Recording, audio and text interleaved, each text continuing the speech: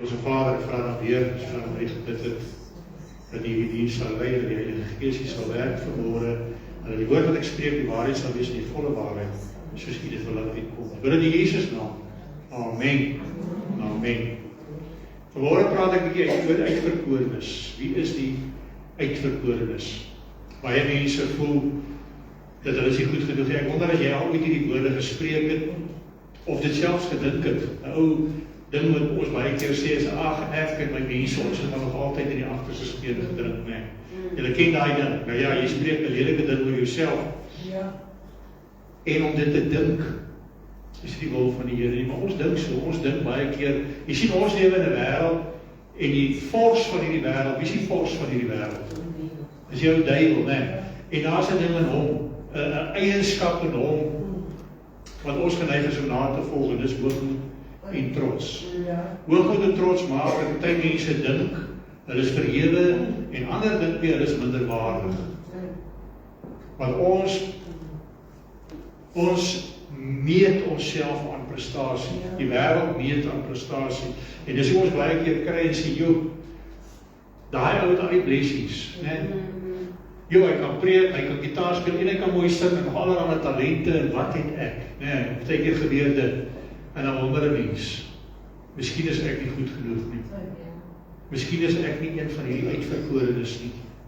Ek weet ons, ek eerste keer van teologie swat het 'n student vir die professor gevra, hoe kies die Here, hoe lyk die uitverkorenes, hoe is dit, hoe die Here daai keuse gemaak, en die Here het gesê, ek weet nie, ek is bly, ek is een van hulle, en ek ons gedoe, dis dan so 'n vlak antwoord daarin, maar dis 'n leer, dis 'n leer, die Here sê, hy is almal uitverkorenes, eintlik is almal geroep, maar dis hulle wat ja sê, wat die uitverkorenes is. Baie mense gaan en sê, ja, soos die Lea's in hierdie wêreld, weet julle wie is Lea? Lea is Jakob se vrou, die oudste ene, maar sy is nie die geliefde Rachel nie. En sy het seker ook gedink, en jy sal kyk, ons gaan nou 'n bietjie daarvan lees, hoe sy eintlik minderwaardig, en hoe sy eintlik die liefde van Jakob probeer kry deur hierdie kinders wat sy baar in die wêreld inbring. Ons, dis waar verdienste, dis waar godsdienst begin kom. Ons wil dinge verdien. Dis die ryk jong man, ons gelees verlede week, die ryk jong man. Wat kan ek doen om die ewige lewe te bereik? Wat kan ek doen? Dis die eerste ding wat ek wil hanteer is, die uitverkorenes, hoe lyk dit, hoe kies die Here? Die tweede ding is, baie mense gaan in 'n bediening in, of dit nou die voorbediening is, en of dit 'n bediening onder mekaar is, of wat ook al die geval, jy doen die werk van die Here, jy loop op pad, en dan wankel jy, of jy struikel en jy val.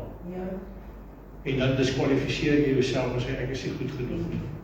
Die Here kan my nie meer gebruik nie, ek het sonde gedoen. Partykeer gaan jy dit self dalk voel, maar 'n ander keer gaan 'n ander een kom, en vir jou sê, jy is nie goed genoeg nie.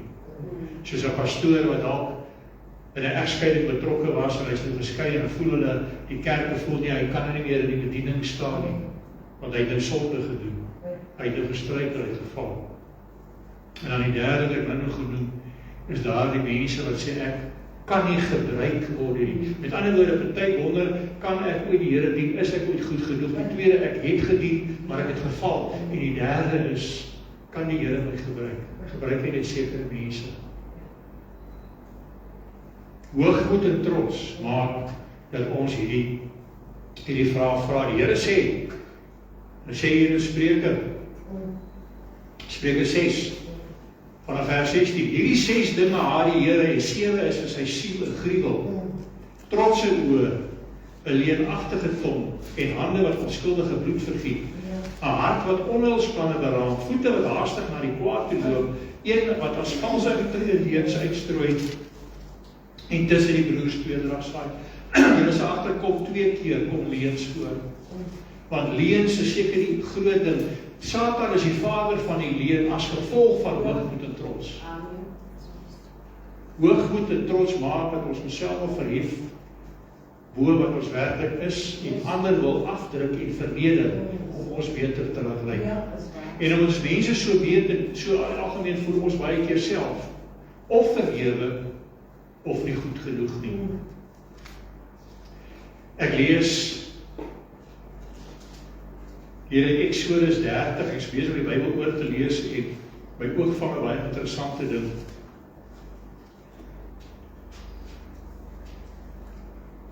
Nou, ons kry hierso die Israeliete is nou in die woestyn.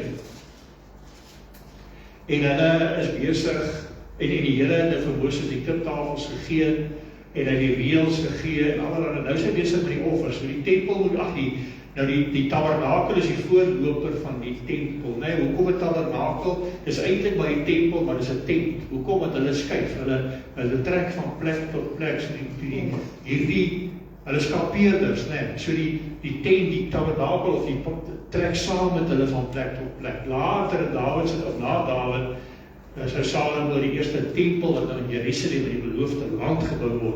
Maar ja, nou gee hy hoe die tabernakel moet lyk en hoe alles moet lyk. En dan kom die Here nou by die offers wat hulle moet gaan. Daar's baie offers.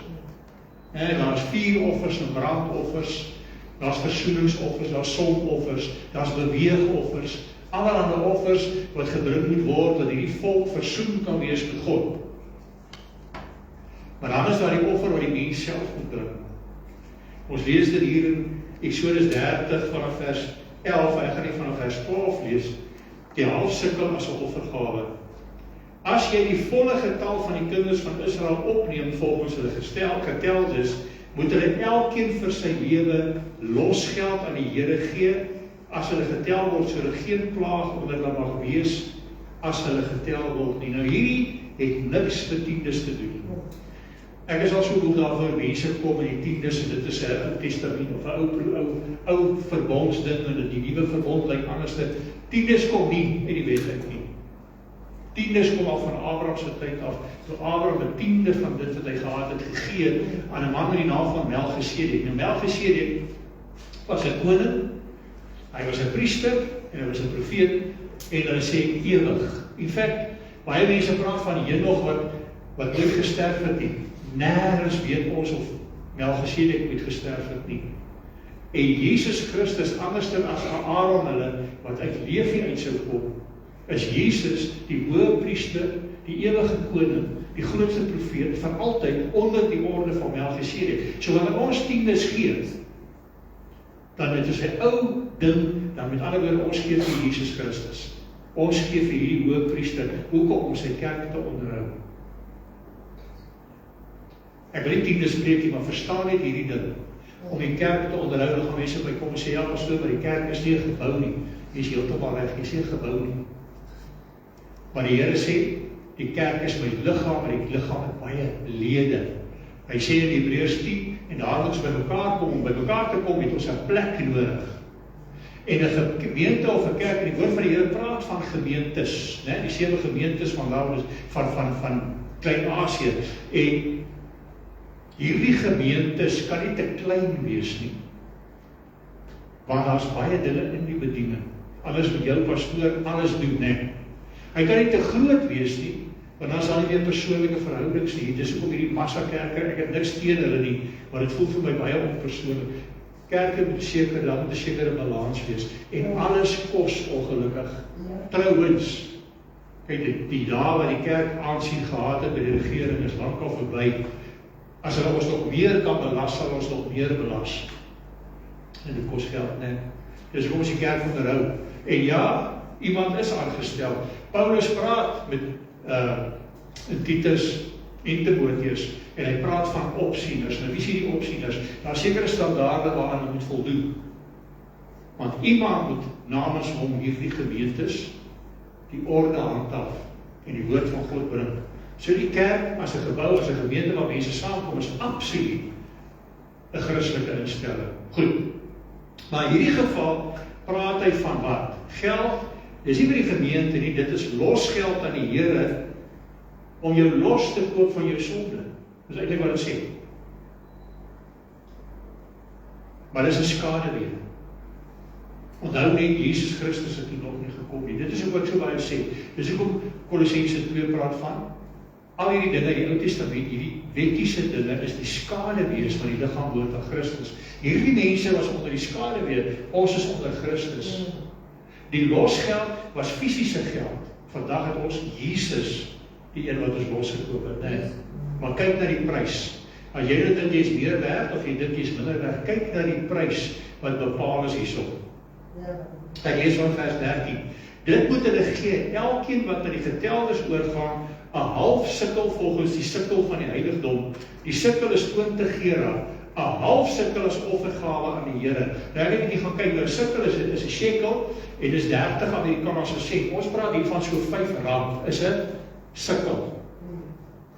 Nou hierdie is 'n half sikkel, so dis R2.50. Die prys wat bepaal is R2.50. Ek dink nie daar's een ou wat nie kan bekostig nie, né? Nie een nie. Met ander woorde, die boodskap wat uitgaan is dat hierdie losprys is bekostigbaar vir almal. En dit verskil nie, luister gou hierso.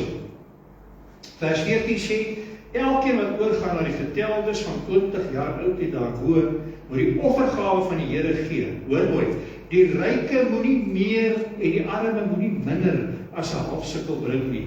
As hulle die offergawe van die Here gee om julle siele versoening of vir julle siele versoening te doen. Nie, okay. Verder gaan ek nie daar lees nie. Kyk mooi hier. Daar is nie 'n verskil of jy ryk en of jy arm is nie. Moet niks van jouself dink omdat jy ryk is nie. Moet niks minder van jouself dink nie, want die prys is dieselfde. Dieselfde half sikkel het vir jou sondes betaal. En daardie half sikkel vandag is die liggaam, is Jesus Christus in die kruis. Jy is uitverkore. Al wat jy hoef te doen is om te bely dat ek sondaar is en dat ek Jesus Christus in die kruis nodig het. Soos hulle gesing het, laat die kruis voor hom neer te lê en om te loof en om te prys, dis al wat hy vra. Jy is goed gedoen. Dis die prys. Dit is 'n klein bedragie wat almal kan bekostig en almal kan bekostig om Jesus te dien. Almal kan bekostig om deur hom losgekoop te word by die kruis. Dis nommer 1. Dis nie onbekostigbaar vir jou nie. Nommer 2 is, party mense dink, omdat ek die Here groter dien en ek die wet hou en allerlei dinge, en dan moet ek langer die Here dien, is ek in 'n beter posisie as daardie een. Onthou net, of jy nou so klein seentjie of dogtertjie was en jy jou hart vir die Here gegee, en of jy so daardie man aan die kruis, saam met Jesus, jou hart op die kruis gegee, dit bly dieselfde. Die Here verduidelik dit vir ons, wanneer ons nou lees, hier in Matteus 20, jy hoef nie so te gaan, ek gaan gou vinnig daar, lees ons die gelykenis van die arbeiders, wat verskillende ure is hulle gehuur, né? Hierdie grondeienaar het 'n klomp mense gehuur om sy wingerd te werk, en hy het ooreengekom wat die loon sal wees. En toe by die 3de uur, toe gaan hy gehaal nog ouens, en hulle kom werk vir hom. En toe die 6de uur en die 9de uur, en daai laaste ouens het hulle nie gewerk, het hulle gewerk tot op die 10de uur, né? Het net 'n uur gewerk. Nou lees ons hier, en toe dit aand geword het, sê die Heer van die wingerd, dis vers 8, Matteus 20, en toe dit aand geword het, sê die Heer van die wingerd vir sy opsigter, roep die arbeiders en betaal hulle loon, en begin van die laastes af tot by die eerstes. En die wat omtrent die 11de uur begin het gekom en elkeen 'n penning ontvang. Die eerstes kom toe en dink dat hulle meer sal ontvang, en hulle het ook elkeen 'n penning ontvang. En toe hulle dit ontvang, murmureer hulle by die huisheer, en sê, hierdie laastes het 1 uur gewerk, en die het hulle gelyk op behandel met ons, wat die las van die dag en die hitte gedra het. Maar hy antwoord, en sê vir een wat van hulle, vriend, ek doen jou geen onreg nie, het jy nie met my ooreengekom vir 'n penning nie? Neem dan wat joune is en gaan heen, ek wil aan die laaste een gee, net soos aan jou, of staan dit my nie vry, om met my eie goed te maak wat ek wil nie, of is jy ook verkeerd omdat ek goed is? Dis die 3de element, of die 2de element. Die eerste element is, almal kan dit bekostig. Die 2de element is, dit maak nie saak hoe lank jy die Here gedien het, die belangrikste is jy wel wil uitkom. En hier moet mense versigtig wees met baie jong mense sê, ja, ek sal nog. Jy weet nie, wanneer hy hier kom. Daai man was, in die kruis was gelukkig, hy was besig om te sterf, hy het gelei, maar hy geweet sy hier kom. Baie mense op hulle sterfbed, hulle is gelukkig, maar nie almal. Dit klink snaaks as ek sê hulle is gelukkig, want hulle het nog die kans om hulle saak reg te maak. Maar party mense word hulle oogwink weggeneem met die werklikheid. Maar dit maak nie saak of jy so is en jou die Here al gedien het, en of jy 'n ou man of 'n ou vrou is en jy toe die Here gedien nie, die prys is dieselfde. Nie net die prys nie, die prys is Jesus, en die loon is dieselfde. Wat is daar die loon? Daai loon is vir almal dieselfde ooreengekom. En dit is die ewige lewe. Om gered te word. Jy is waardig. Jy is uitverkore. As jy hierso sit vanmôre, is dit om jy uitverkorene is. As jy kyk op Facebook of waar ook al vanmôre, is dit omdat jy uitverkorene is. Want iets het jou gelei na die Here toe. Jy is uitverkorene. Nou kom die vraag op. Nou wil ek ook vir jou sê, die prys is nie goedkoop nie, al klink dit so. Ons lees in Matteus 26, wat het Maria daar gedoen? Maar praat net van 'n vrou, maar die ander evangelies hoor ons, dis Maria, die suster van Martha. Wat het sy gedoen? Sy het duur nardesolie gevat en sy het Jesus gesalf. Soveel so dat die disippels met haar geraas het en gesê het, hulle kon vir verskeie gesinne, arm gesinne gesorg het, as hulle olie verkoop, en dit nie baie geld gekos het hoor. Maar Jesus sê, sy het julle geen onreg gedoen nie. Sy het my voorberei, sy het my gesalf vir die prys. Met ander woorde, ek is 'n duur prys. Ons betaal die minimum. Die loon is groot.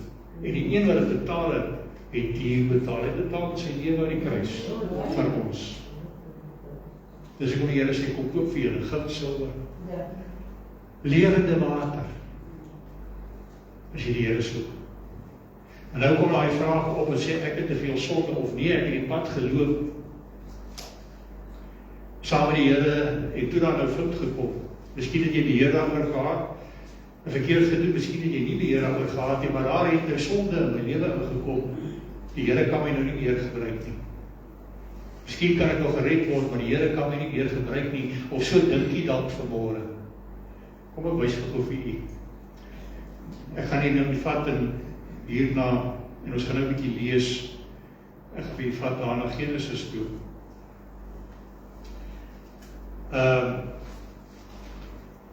Ek vat hier na Genesis 27 toe. Hier is die verhaal van Jakob en Esau. Nou ons lees 'n bietjie vroeër, toe die kindertjies gebore is, of gebore sou word, het die Here vir Rachel gesê, luister, jy gaan die 2 seuns hê, maar die oudste gaan die jongste dien. Die Here het dit geprofeteer. Ons weet Jakob, of die jongste, is Jakob wat uiteindelik Israel sou wees. Maar kyk wat gebeur, kyk wat doen Rachel. En wat doen Jakob? Ek gaan hierdie stukkie lees, so ons gaan 'n bietjie lees. Luister, lees saam met my Genesis 27 vanaf vers 1. Toe Isak oud geword het en sy oë swak was, sodat hy nie kon sien, het hy sy oudste seun Esau geroep en vir hom gesê, my seun, en hy het hom geantwoord, hier is ek. Toe sê hy, kyk tog, ek het oud geword, ek weet die dag van my dood nie. Neem dan nou tog jou wapens, jou pylkoker en jou boog en gaan uit in die veld en jag vir my 'n stuk wild. En maak vir my 'n lekker ete klaar soos ek dit graag wil hê en bring dit vir my om te eet, sodat my siel jou kan seën voordat ek sterwe. En Rebekka het geluister terwyl Isak en sy seun Esau spreek, en Esau het in die veld gegaan om 'n stuk wild te jag en dit te bring. Toe het Rebekka met haar seun Jakob gespreek, kyk, ek het jou vader met jou broer Esau oorspreek en sê, bring vir my 'n stuk wild en maak vir my lekker ete dat ek kan eet en jou kan seën voor die aangesig van die Here voor my dood. Nou praat Rebekka hier met Jakob, sy sê, my seun, luister dan nou na my, na wat ek jou beveel. Loop nou na die kleinvee, gaan haal vir my daar 2 mooi bokkies, dat ek jou vader daarvan 'n lekker ete kan maak soos hy dit graag wil hê. Dan moet jy dit na jou vader bring dat hy kan eet, sodat hy jou kan seën voor sy dood. Toe sê Jakob vir sy moeder Rebekka, kyk, my broer Esau is 'n harige man en ek is 'n gladde man. Miskien sal my vader my betas en ek sal in sy oë wees soos 'n spotter. So sou ek dan 'n vloek oor my bring en nie 'n seën nie. Maar sy moeder antwoord, laat jou vloek op my wees, my seun. Luister net na my en gaan haal dit vir my. Toe het hy dit gaan haal en aan sy moeder gebring en sy moeder het daarvan 'n lekker ete gemaak, soos sy vader dit graag wou hê. Ook neem Rebekka die beste klere van Esau, haar oudste seun wat by haar in die huis was, en sy trek dit vir Jakob, haar jongste seun, aan. En die velle van die bokkies trek sy oor sy hande en oor die gladdigheid van sy nek. En sy gee die lekker ete en die brood wat sy gemaak het in die hand van Jakob, haar seun. Toe kom hy by sy vader en sê, my vader, En hy antwoord, hier is ek, wie is jy my seun? En Jakob sê aan sy vader, ek is Esau, die eerstgeborene, ek het gedoen soos u my beveel het. Rig u tog op, sit en eet vir my wilsvleis, dat u siel my kan seën. Daarom het Isak aan sy seun gesê, hoe het jy dit so gou reg gekry, my seun? En hy antwoord, omdat die Here u God het vir my laat teekom het. En Isak sê vir Jakob, kom tog nader, dat ek jou kan betas, my seun, of jy waarlik my seun Esau is of nie. En Jakob het nader gekom, sy vader Isak, en hy het op betas en gesê, die stem is Jakob se stem, maar die hande is Esau se hande. Maar hy het hom nie geëie nie, omdat sy hande harig was soos sy broer Esau se hande, en hy het hom geseën. Hy het namelijk gevra, is jy waarlik my seun? En hy het geantwoord, ja. Toe sê hy, bring dit vir my nader, dat ek van die wilsvleis van my seun kan eet, sodat my siel jou kan seën, en hy het vir hom nader gebring en het geëet. Hy het vir hom ook wyn gebring, en hy het gedrink. Daarom sê sy vader Isak vir hom, kom tog nader en soen my seun. En hy nader gekom en hom gesoen, toe ruik hy die geur van sy klere, en hy seën hom en sê, kyk, die geur van my seun is soos die geur van die veld, wat die Here geseën het. En mag God jou gee van die dou van die hemel en van die vetgrond van die aarde en oorvloed van koring en mos.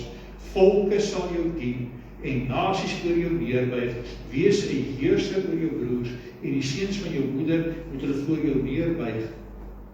Vervloek is hulle wat jou vloek en geseënd is hulle wat jou seën. Ek lees tot sover. Die laaste woorde wat Jakob sê is ook die woorde wat die Here van Abraham gesê het. Hy gesê het jou nageslag, die wat jou nageslag seën sal geseën wees, die wat hulle vloek sal vervloek wees. Dis ook wat vandag maar net my kop skud, is mense hulle self Christene noem en hulle is so teen Israel vandag. Maar nou kom die vraag op, maar hier staan bedrog gepleeg. Nie net bedrog nie, hier selfs godslasterlike gedrag. Toe Isak vir Jakob vra, het jy dit so gou reg gekry, sê hy, omdat die Here die God het vir my laat teekom, en hy gebruik die Here se naam om leuns te spreek. Nou wat gaan er weer? Party mense vra die vraag, hoor jy, is dit 'n kwessie van die spreekwoord wat sê, die doel heilig die middele? Is dit so? Nee, Jakob is sy maat gesondig. En dis al dinge wat baie van ons doen. Ons vra die Here beloof vir ons dinge, maar ons vertrou hom nie, dat dit wel soos hy uitwerk en dan neem ons dit in ons eie hande. En dis wat Jakob se pa gedoen het. Jakob is net so skuldig deurdat hy gegaan het en dit gedoen het. Lieg vir sy pa, pleeg bedrog, misbruik die naam van die Here, wat uitdruklik, daai wet was toen nog nie uitgewees nie, want die wet sê jy mag die Here jou God se naam nie ydelik gebruik nie. Is dit nie so nie? Al hierdie dinge doen hy. En dit is sonde. Ons sal later sien dat dit sonde is en dat dit nie ongestraf bly nie. Die Here sê ek straf die sonde, maar ek straf nie die sondaar nie. Dink aan Dawid. Dawid is hierdie uitverkorene van die Here om die eerste koning te word. Wat doen Dawid? Ons lees dit hier in Samuel. Hy sien 'n vrou. Ek onthou al haar naam as hy was besig om te bad. Kyk hy van gekyk het net. Batseba. En ja, en toe begeerte hom oorval en hy het haar laat haal en haar geneem en laat gaan. Die idee was gewees om haar net te laat gaan. Nee, hy normaal. Dis een ding wat ons moet onthou is dat die Here mense uitverkies om te werk, maar dit maak nie dat ons outomaties die sonde doen nie. Ons moet ook self beheers nie. Ons moet nog steeds gehoorsaam wees. Daar is nie 'n ding van jy's magically squeaky clean. Jy maak keuses in jou lewe. En Dawid wil dit toesmeer, want die Here besluit nie, hy het die sonde toegelaat, die Here laat toe. Hoekom laat hy toe? Nie dat die doel die middel heilig nie. Hy laat toe, want hy meng nie in nie. Hy wil hê mense moet keuses maak in die lewe. En Dawid wil dit natuurlik, dink hy weggekom daarmee en Batseba raak swanger. En toe Dawid het hoor, toe laat hy Uria is hier Batseba se man, laat hom haal, hy's 'n soldaat in die veld, hy laat hom haal, met die idee dat hy vir sy vrou moet kuier, dat hulle moet glo dit is sy kind. Weet, die Here kom, hy laat dit nie ongestraf bly nie. Hy raak betrokke hier, hierdie man kom nie na by sy vrou nie, en uiteindelik wat het gebeur? Dawid doen nog groter sonde, want nou Dawid geen ander keuse nie. Hy stuur vir Uria dat hy vir die voorste linies moet, julle kan dit gaan lees, die voorste linies moet gaan veg, sodat Uria moet gesterf. Eintlik pleeg Dawid moord. Maar het het gemaak dat Dawid nie meer goed genoeg was. Nee, die Here het hom nog steeds gebruik. Dit het nie ongestraf gebly nie. Daardie seun wat daai kind wat gebore is, moes sterf en Dawid het bitterlik geween oor daardie kind. Maar die Here het nog steeds vir Dawid gebruik. Wat probeer ek vanmôre vir jou sê? Sonde is sonde. En dit bly nie ongestraf nie. Maar dit maak nie dat jy nie meer gekwalifiseerd is dat die Here jou kan gebruik. As die Here op jou besluit het en 'n roeping op jou lewe gesit het, as jy nie daai roeping uitleef, is dit jy besluit dat jy is nie goed genoeg nie. Of om in die wêreld besluit dat jy is nie goed genoeg nie. Maar nie omdat God so besluit het nie. Amen. Dis dieselfde hier met Jakob. Jakob het hierdie ding gedoen en net toe hy weg is van sy pa af toe kom Esau is by Isak aan en hy bring vir hom die kos en nou besef hulle maar hier nou bedrog plaasgevind. En Isak sê maar ek kan nie, ek het my seun gegee vir Jakob. En hy wil Jakob se lewe hy wil doodmaak en sy moeder gaan en sê jy beter gaan daar aan my geboorteland Haran toe waar my broer Laban bly en vir 'n rukkie lank daar wegkry totdat jou pa se bietjie afgekoel of jou pa nie, jou broer afgekoel het dat jy wil doodmaak. En nou sê hy ook, nou sê sy ook vir as jy en kry sommer daar vir jou 'n vrou.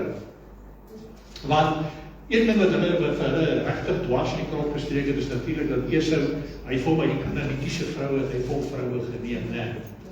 Wat eintlik nie mag gebeur het nie. En nou gaan Jakob en hy gaan na Haran toe, hy gaan na Laban is en hier sien hy hierdie vrou en hy raak van die foppa, hy raak die verragel. En hy gaan na Laban toe en hy maak 'n ooreenkoms, hy wil haar as vrou, en Laban sê dis reg. Dis reg, maar jy moet 7 jaar werk vir haar. En dis 'n lang tyd, maar ons lees in die woord dat Jakob het dit gedoen. Hier in Genesis 29, hy het dit gedoen en gesê, nee, dit het hom vinnig verby gegaan. En toe kom hierdie huweliksaand. En hy word wakker die oggend. Ek lees hier vanaf 22 of vers 23. Maar in die aand het hy sy dogter Lea geneem en haar na hom, dis nou na Jakob toe gebring en hy het daar ingegaan en Laban het aan haar sy slavin Silpa gegee, naamlik aan sy dogter Lea as slavin. En die ander dag môre, daar was dit Lea. Daarom het hy aan Laban gesê, wat het jy my nou aangedoen? Was ek nie vir Rachel by die diens nie? Waarom het jy my dan bedrieg? En Laban antwoord, dit is hier by ons die gewoonte om die jongste, dit is hier by ons nie die gewoonte om die jongste voor die oudste weg te gee. Ek dink op hierdie oomblik het Jakob besef, hier is my straf. Ek het gesteel. Ek het my ouer broer se geboortereg gesteel met bedrog. En dit is nou die Here my straf. Want ek werk, Laban herinner my net soos wat by julle die gewoonte is, dat die seun aan die oudste behoort. Is by ons daardie ding dat die oudste dogter eers getrou moet wees vir die jongste. Met ander woorde, net soos jy jou pa bedrieg het, is jy nou bedrieg. Amen. En nou moet jy vir hierdie vrou wat jy graag wil hê, jy nog 7 jaar terugwerk. Ja, jy kry haar nou, maar jy moet haar terugwerk. Met ander woorde, die sonde is gestraf. En baie gepas eintlik op dieselfde manier. Ja. Want jy het die hande weggevat. Maar dit het nie gemaak dat die Here nie meer vir Jakob wil gebruik nie. Jakob sou nog steeds die vader word, of Israel word, maar die vader word van hierdie groot 12 stamme van Israel.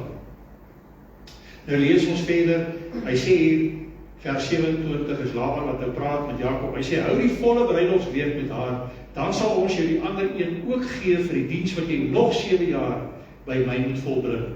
En Jakob het so gedoen, hy het die volle bruiloftsweek met haar gehou, en toe gee hy sy dogter Rachel aan hom as vrou. En Laban het sy dogter Rachel sy slavin Bilha gegee as slavin vir haar. En hy het ook by Rachel ingegaan en Rachel ook meer lief gehad as Lea. En hy was by hom nog 7 jaar in diens. En toe die Here sien dat Lea die nie geliefde was, het haar skoot geopen, maar Rachel was onvrugbaar.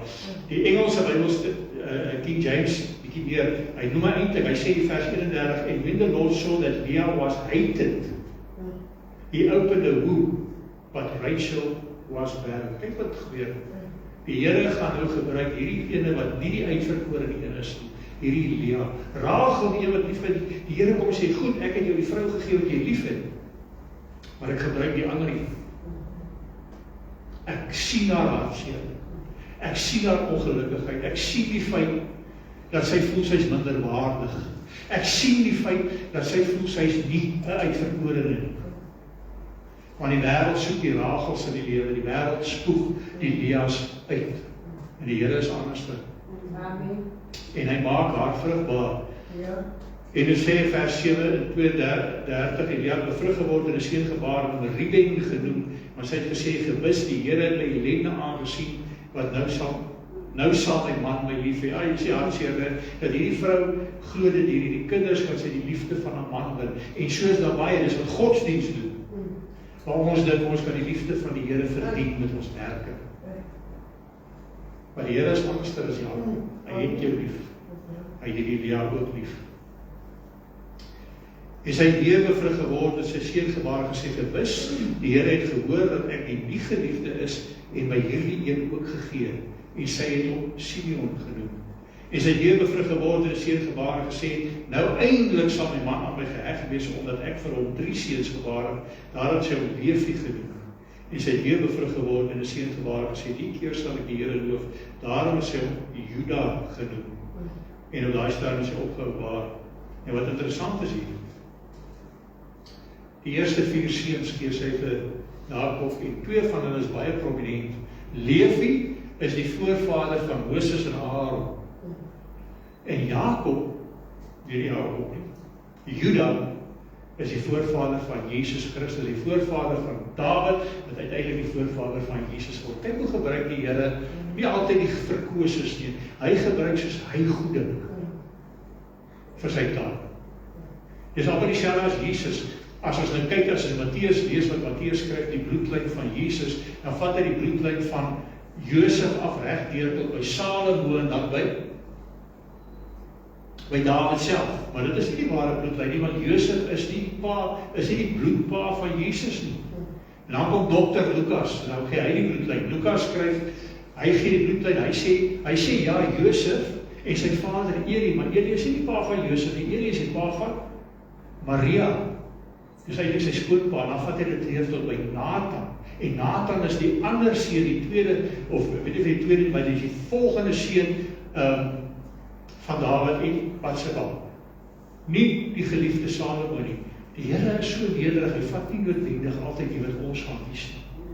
En hier soos hy sê, hier uit hierdie vrou uit word Jakob gebore. En hierna wat gebeur, is toe, dat Rachel, toe sy nou sien, sy word die swanger, nou wil sy ook vir Jakob kinders gee. Nou gee sy haar slavin Bilha vir Jakob, né? En Bilha gee geboorte aan Dan en Naphtali. En toe Lea dit sien, toe gee hy haar slavin Silpa aan Jakob. En toe word Gad en Aser gebore. En toe open die Here weer Lea se skoot. En sy gee geboorte aan Isaskar en Sebulon. En uiteindelik, met ander woorde, sy self gee geboorte aan 6 van die seuns. En uiteindelik die 7de is die dogter Dina, wat gebore is, toe sy ook kinders het. En eers na al hierdie, en natuurlik soos hy sy 6 seuns gebaar, 4 seuns is gebaar deur die slavinne, en eers aan die einde dink die Here aan Rachel, sê goed, ek sal vir haar ook 2 kinders gee. Eers sy gee vir hom, of die Here gee vir haar Josef. En jy weet wie is Josef? Josef is die een wat eintlik verwerp is, weer eens die verwerpte een. Die seun wat die ander broers nie van gehou het nie, wat hy uiteindelik verkoop het. Een wat swaar gekry, maar wat die Here toe gebruik dat hy in Egipte land sou beland, en hy sou uiteindelik die rede wees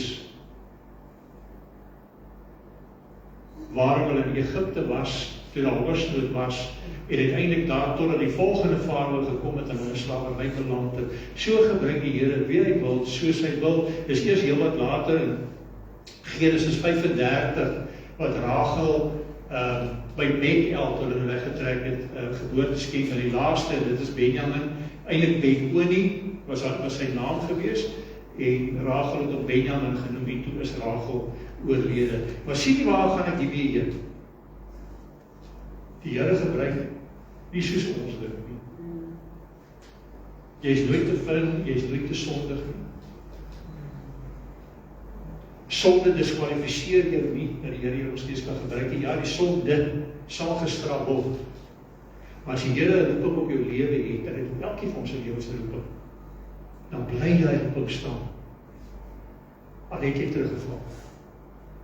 Jou posisie, jou geslag, jou ras, nie een van daardie dinge maak saak nie. Galasiërs 3 sê die Here, almal wat die Here aangeneem het, is mede-erfgename. Die Griekse woord vir erfgenaam is kleronomos, en kleronomie is erfgename. En die Griekse Bybel sê daar, ons is kleronomie, ons is almal mede-erfgename, maak nie saak of jy man of vrou, Griek, slaaf, vryman, wie ook al is nie, ons is almal erfgename van die Here. Hy is die Here van die leerskare, ons het woensdag 'n bietjie gekyk, gesê een van sy name is Yahweh Sebaot, wat beteken, hy is die Here van die leerskare, en dis ook Dawid hier ook sê in Handelinge 10. Petrus, waar kom ek met Dawid aan? Hy sê in Handelinge 10, vers 34, en Petrus het sy mond geopen en gesê, ek sien waarlik dat God geen aannemer van die persoon is nie, maar dat in elke nasie die een wat hom vrees en geregtigheid doen, hom welgevallig is. Jy is goed genoeg. Jy is geroep. Jy is 'n uitverkorene. Jy en jou familie drink nie aan die agterste speen nie. Dis as jy die leuns van die Satan glo, die Satan gebruik mense en mense met strukture en mense met verskillende posisies, finansiëel miskien met hulle opleiding aanbetref, miskien met hulle kwalifikasies aanbetref. Dit is 'n wêreldse standaard.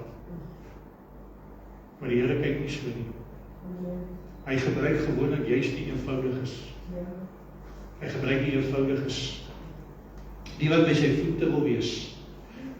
Martha is amper soos Lea.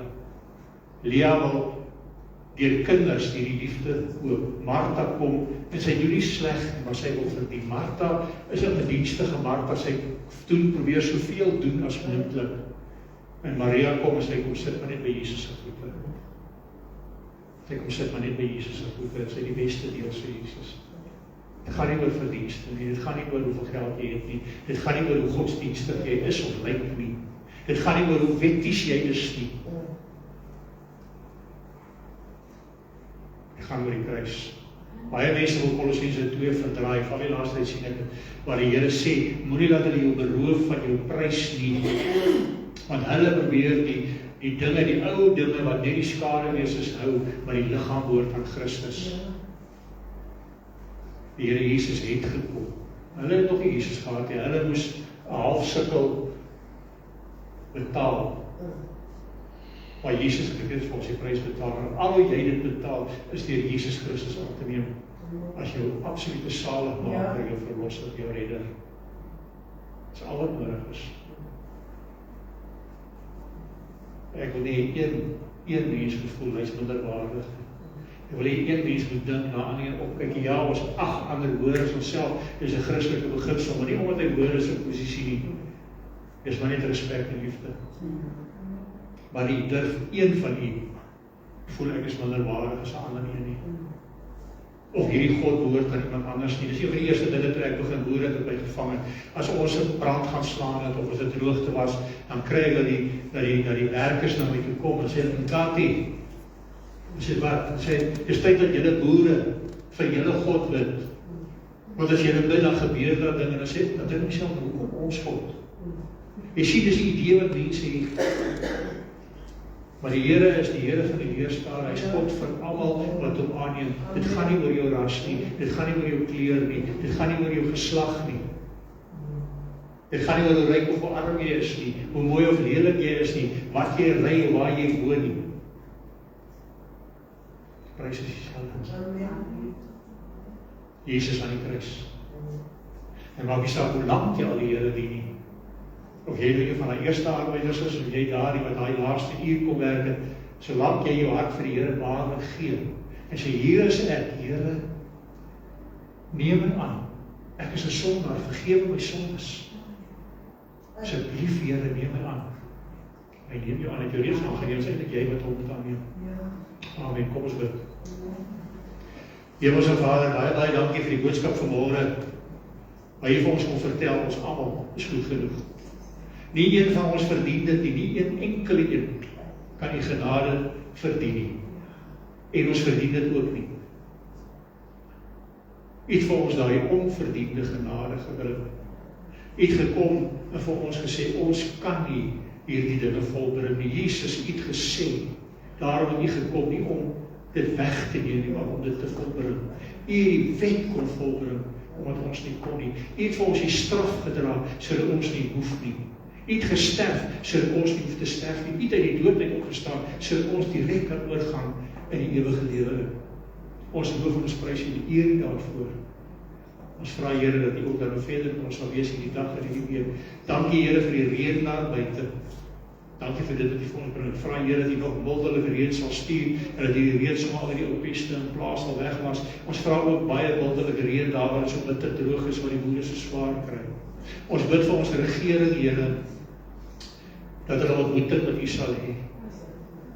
Dat hulle sal reg sal draai vir die bose weer. En ook sal kom, al is dit hier ter 11de uur, om te sê, hier is ek sit ook daar in die loon van die ewige lewe. Dat ons wil ook kan sê, nou gee jou hart vir die Here, laat staan die bose, laat staan daar die hoogmoed en trots. Ons bid vir ons kerk, vir ons gemeente, ook vir die kerk hier langsam, vir elke gemeente, hulle die liggaam van Christus, hulle wat hier is, hulle wat nie hier is nie, hulle wat graag nie wil wees nie, kon wees nie, ook hulle wat nie besef hulle het eintlik nie gewees het nie. Ons bid vir elkeen een, Here, net soos wat U nie die aannemer van persoon is nie, gaan ons ook niemand uitsonder nie. Ons kyk almal gelyk, almal kinders van die Here. En ons vra dat U verheerlik sal word. Wees ook met ons as hier agterna koffiekie en 'n teetjie drink, as bietjie met mekaar gesels. Van seën ons asseblief hierdie gemeente, seën ons finansiëel, ons het dit nodig sodat ons ander kan bless. Seën ons met alles wat ons nodig het, soos U goed doen. Seën elkeen hier, want U ken elkeen se behoefte. Ek bid nou, Here, dat elkeen hier waar 'n siekte is, of 'n pyn, Here, ek bid nou dat dit sal weggaan, hier ons nou sit, dat die pyn weg sal gaan. Dat hy siekte die liggame sal verlaat, Here. Daar waar honger en dors is, Here, dat U vir hulle sal bless. Ek voel die Heilige Gees kragtig op my, Here. Daar finansies kwel, Here, dat U hulle sakke, hulle beurse, hulle bankrekeninge sal vul. En dit wat hulle nodig het. Want U ken die behoefte van elkeen. U sê, U bekleed die lelies sonder dat hulle hoef te werk. U sê, daar is nie 'n mossie wat val op die grond sonder dat U daarvan weet nie. Daar is nie 'n haar op 'n hoof hier wat U nie getel het nie. En daarom kom ons hier tot eer vir Here van U naam. Ons wil soveel getuies hê as moontlik, Here. En ek bid, Here, dat hier soveel dinge in hierdie kerk sal gebeur, dat mense wel honger sal wees. Kom ons kyk wat gaan nie aan, want ons wil ook deel wees. En dit gaan nie oor ons, dit gaan oor U en die gemeente. Daarom bid ek hierdie dinge ook van ander kerke. Daar waar werklik die Here Jesus Christus, die Seun van God, werklik aanbid word. Die Koning van konings, die een wat aangestel is onder die orde van Melchisedek, priester, profeet en koning vir altyd. Word U dan verheerlik. Ons bid in Jesus naam. Amen. Amen. Jy is welkom om 'n koffietjie te drink, 'n teetjie te drink, wie wat nou wil sien.